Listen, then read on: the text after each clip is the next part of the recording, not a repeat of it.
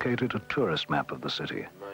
She was told that, still in trance, she would be able to see and read the map clearly and point out to us exactly where her family's house and shop had stood. Be able to show me on the map where it is you live. Once you're deep enough to stay in trance, I want you just to open your eyes and look at the map and tell me where you live.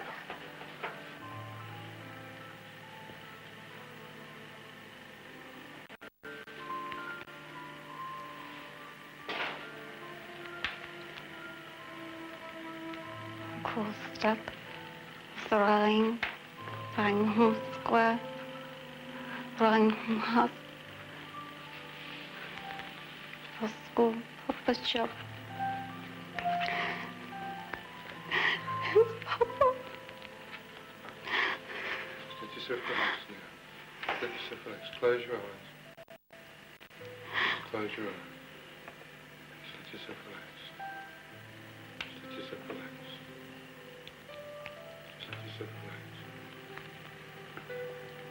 After I wake you up, you're going to remember that map very clearly. Everything you showed me, you'll remember very clearly. Where you lived on the map, you'll remember very clearly. You remember it awake as well as you do asleep. Once I wake you up, I want you to show me on the map where it was that you lived. Waking up 1, waking up 2,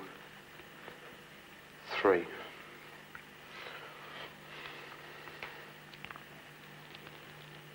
How do you feel? All right? Do you remember that? Mm-hmm. Okay, show me on the map. Can't see. I've got my glasses on. You can't see because you haven't got your glasses on.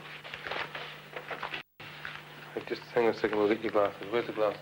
Over there.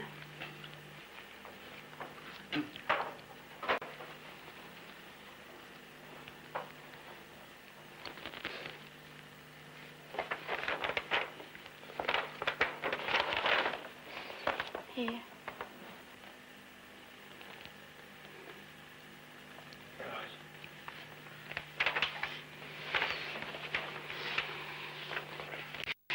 It's tremendous.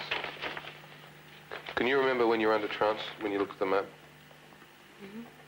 Could you see it clearly? Mm-hmm. Right, you could. Under trance, you could see it clearly without your glasses. When we woke you up, we had to give you the glasses. Oh. Oh, stupid eyes work after all. That's right.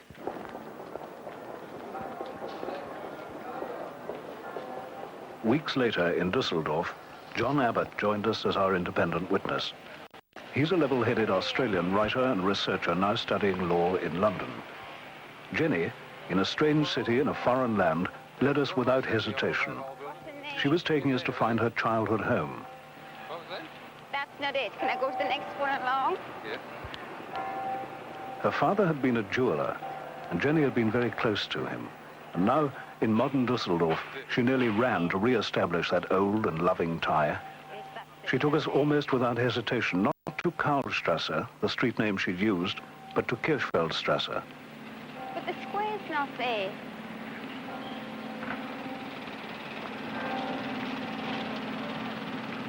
It's all changed. Most surely it had changed.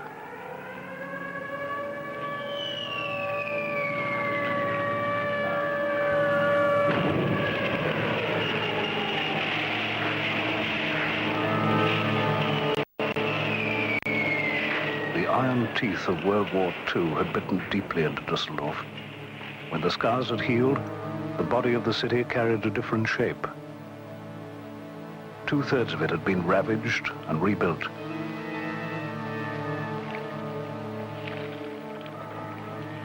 But in Jenny's mind, Dorothy Hellman felt she was where she had lived as a teenager when the terror struck her family. Yes, that was where the shop was.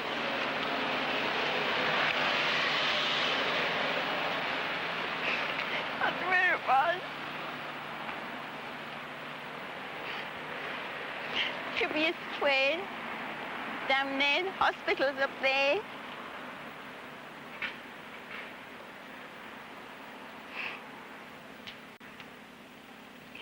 was just all houses and this was all cobbled. It was just a narrow street path in there. There were houses, and that went round into a circle. The circle may once have been there, but nothing else matched. Not even the recollections of an old neighbour who'd lived there for half a century and remembered no Hellmans in that street.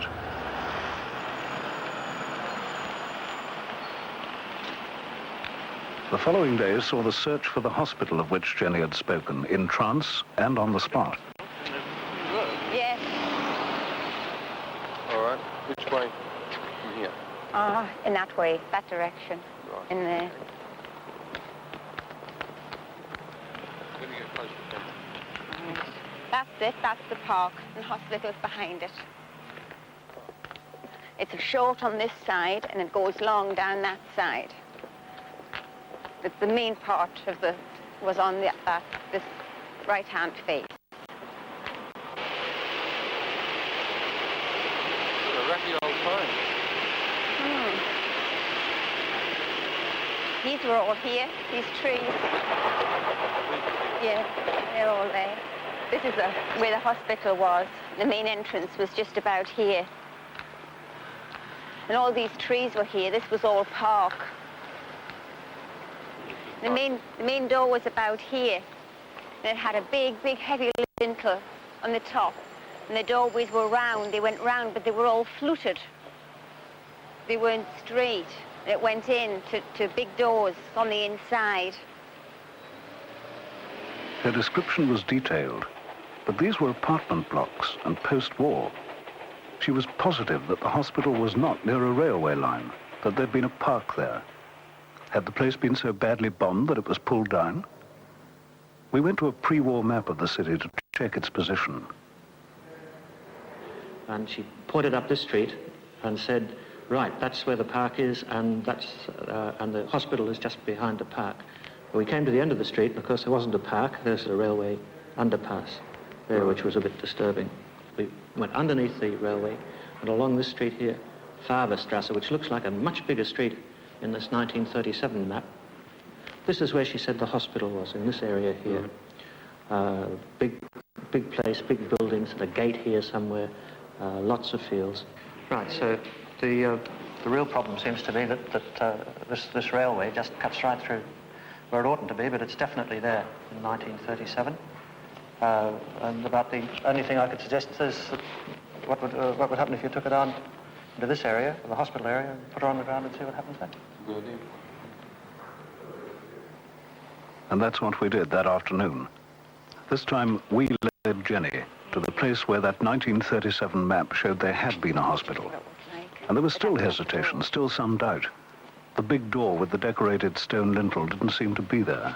The door wasn't on a corner like that. It was on a... There it is. Was that a door? Could have been. The stone was all these blocks. And the doorway had a big, heavy top part to it, and it had the flute bits all down the side. Right. You weren't too far wrong. There have been some changes. Let's see if you can get anything out of that. Oh, yes, there. There's the door. That's the main entrance. Okay. I didn't believe it was there. I thought it was all wrong. Not knowing the changes the years had brought, she had described the doorway exactly. I was quite impressed. John Abbott had to go back to London, but before he left us, he summed up his impressions. But in every way that I've seen it, there's no possibility that there could have been any fiddle-faddle. And all I can really say on that area is if there had been fiddle-faddle, we'd have done a bit better than we did. Started off very well. We moved from the hotel we were staying in Pionierstrasse. She led us as if on strings pretty well directly and at great pace to the Kirchfeldstrasse and straight to a house and said, that's the house, that's our house. Well, who knows? When we set off to check all this out, we'd found an 89-year-old lady who lived in the house next door, which was an original house. She'd lived all her life there. Her daughter had been born there, would have been 10 years old at the time that you were there. No memories of